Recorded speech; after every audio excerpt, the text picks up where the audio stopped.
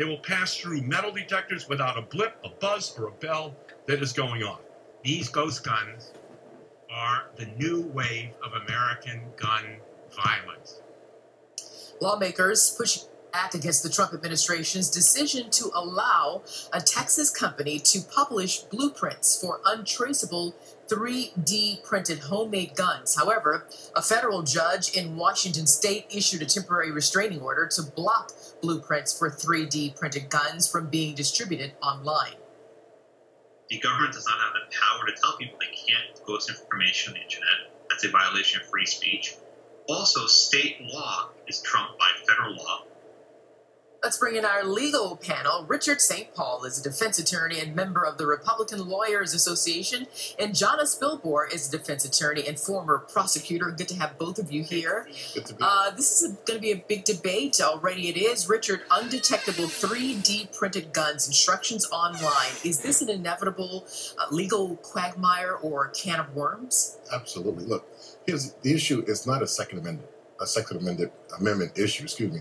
It is an issue of publishing. It's a First Amendment issue. You can publish stuff online. You can, if you Google right now, you can find out how to dispose of a body, how to make a bomb. This information is protected by the First Amendment.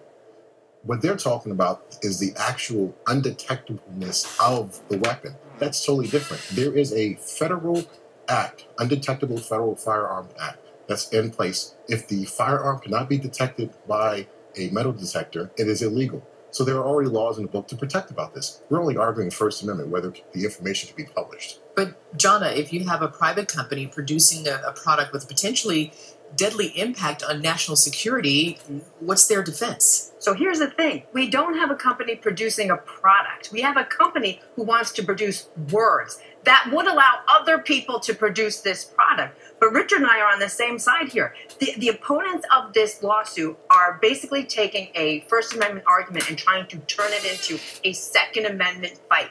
It's not that. We can go online right now and we can discover how to build a bomb or hide a body or whatever you want to do.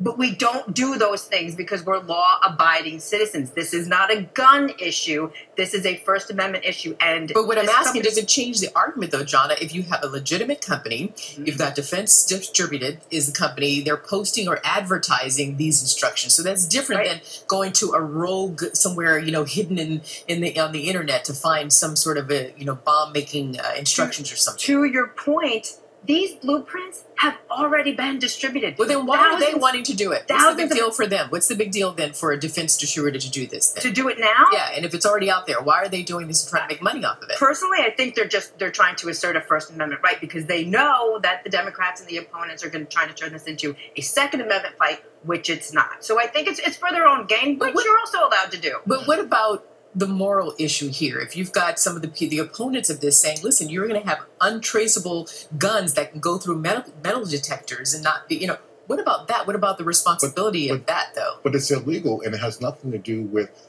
as we mentioned earlier, you can find out how to dispose of a body. That's illegal. You can find out how to make a bomb. That's illegal. The information is still out there for you to read or research, and that's all we're talking about, reading information. We're not talking about actually creating. This defense distributor is not creating any weapons at all. So I don't understand. Are y'all saying this is a good idea or not? I'm just saying it's a legal idea, to publish the information. And let's split hairs for a minute. The actual blueprints will not let you build an undetectable gun because it requires components that are detectable. It's largely undetectable, but it does require metal components. So let me ask you this, Jonna, because I'm not clear on it. Do you have to register these guns? Do you have to have a background check to get these guns? That is the issue. Because if somebody can make one of these guns, it's not registerable. It is easy to hide. So the issue is, if you make one of these guns, you're already breaking the law because of the 1988 Undetectable Firearms Act. You're already breaking the law. Do we need another law? I mean, how many laws do you have to break? Exactly. But however, if it is detectable, there are people who are allowed. The ATF does allow people to make their own weapons. I know people who make their own bullets. Some states. So if you can make your own weapon, yes, there's a possibility that people can make their own weapons and use them. However, you still have to qualify as not being a felon. You still have to qualify as being an individual that can purchase a firearm. You can't. There are certain people who cannot purchase firearms. You still have, if you're going to make your own weapon, you have to abide by that. I gotta go. They're telling me we have a hard break, but you've got this temporary restraining order in place for now. We'll see where it goes. Do you think it's going to go high up? Say yes or no. Temporary is the operative word. No. Okay, Jonna Spilbora, Richard, you agree with her. I agree, absolutely. Richard St. Paul, you guys agree and go out and have a glass of wine. Okay, thank you very Sounds much. good. This is Cheers. a serious debate. Thank you very much, guys. Thank you.